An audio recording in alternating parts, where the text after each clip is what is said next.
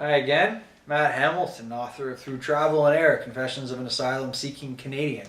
Welcome back to my online readings. In fact, this is chapter 1, which is called The First Hurdle, and although I'm not going to be reading the whole chapter, I will be reading a few excerpts and giving you a little bit more detail about some of the things I didn't write about.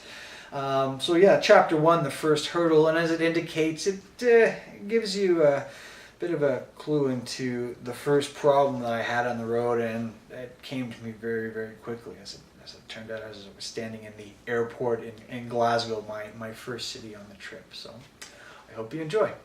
Chapter 1, The First Hurdle. Glasgow? Why would you want to start your travels in a dump like that? Staff City? Why would you want to go there? Glasgow? Never heard of it. These were the first comments I heard when I told friends I was planning on beginning my trip around the world in Glasgow, Scotland. Had they heard of Glasgow? They thought I was crazy for choosing such a dreary and dangerous destination. If they hadn't heard of Glasgow, they thought I was crazy because there were so many other beautiful and obvious destinations. Either way, they thought I was nuts. You see, I had 3 reasons for going. I had a friend from university who was from Glasgow. My roots are Irish and Scottish. And I wanted to start in a city that spoke English. I'd never traveled before. I thought it might be prudent to get my feet wet in a country that understood what I was trying to say. And more importantly, I could understand what they were saying back to me. But it turned out my buddy, he didn't live there anymore. And these roots that I had, well, that didn't mean a thing. And I arrived in Glasgow and I didn't know where I was staying, and I was in the airport and I asked this guy how to get to the city center, and he told me, and I didn't understand a thing he was saying. That Glaswegian brogue was so thick.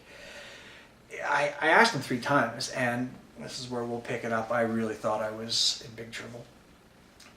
I knew the man was speaking English. He had to be. I mean, I was in Scotland. I knew they spoke English in Scotland. It was one of the few things I did know. He may as well have been speaking Dutch or Zulu for all I could understand. I couldn't ask this guy a 4th time, so I politely nodded as if I understood. I smiled, said thank you, and sat on a bench to think things through. It didn't take long to reach a conclusion. I was fucked. How could I not be? Reason 1 for coming to Glasgow had moved to London. Reason 2 was flat out stupid. And reason number 3, the benefit of understanding the language, my fail-safe reason, failed miserably. Maybe I should have done more research before I left Canada. And by that, I mean done any research. Perhaps I should have organized something simple and essential, like where I might sleep my first night on the other side of the planet in a place where I didn't know a soul. This was one of many critical details that I completely ignored. I literally left Canada with a one-way ticket to Glasgow, the pack on my back, and a totally unprepared notion to travel around the world. That's it, that's all. This was shaping up to be the biggest mistake I ever made.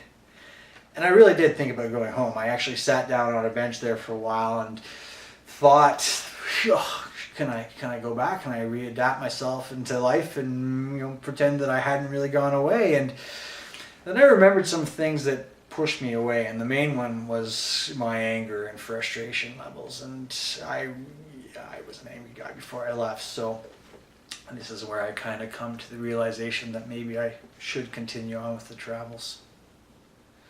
I only had one option other than homicide and a life in a Canadian prison. I could deal with the situation at hand and figure out what the hell people were saying. I took a deep breath, closed my eyes, and began to think. I thought of a friend who had traveled extensively by herself. I thought of what she would do in this situation. I thought of how she would be laughing her ass off at my predicament. I also thought of the going away card she had given me, which for some reason I decided to bring on my travels.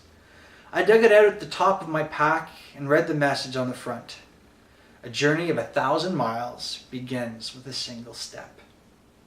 I gave those simple words some thought. They made a lot of sense. A wonderful calmness replaced my anxiety. It was as though a completely different and enlightened mentality took over. It was a dose of positive reality that made my bleak future look much brighter. I realized that I may be ignorant, but I was not inept. I didn't understand a word these people were saying, but I'd still find a way to communicate. I wasn't going to starve. I would find a bed for the night. I would figure out how to find wherever the hell that bed may be.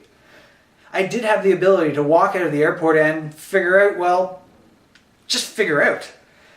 I took a couple of deep breaths, swallowed back the fear that was trying to escape from my body and the unpleasant appearance of vomit, put my pack on my back, and made my way to the exit doors, which seemed the logical first step to getting out of the terminal and starting this traveling thing.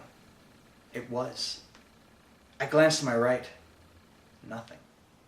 I glanced to my left. There was a bus. Public transportation. This seemed to be another rational step to getting away from the airport and finding somewhere to sleep. I asked the driver if he was heading to the city center, a logical part of the city to look for accommodation. Much like the first guy I had asked for help, the driver spoke an incomprehensible Glaswegian dialect. However, unlike the first guy, my question required a simple yes or no answer. Thankfully, he used the international sign of approval, or at least so I hoped, which was a simple nod. This was as much help as this naive and terrified traveler was going to get. I got on the bus and sat down. I had taken my first 30 steps of what would hopefully prove to be thousands of miles. It wasn't much, but it was a start. That was chapter 1, the first hurdle. If you like what you heard and you're interested in maybe purchasing the book, feel free to visit my website, www.madmaddiesworld.com, or Google it. Matt Hamilton, Through Travel and Air, Amazon, Chapters, Indigo, they should all have it. Looking forward to hearing and talking to you next week when we go on with chapter 2, which is called Thank You, Andy Rooney. Have a great day, and we'll see you soon. Bye.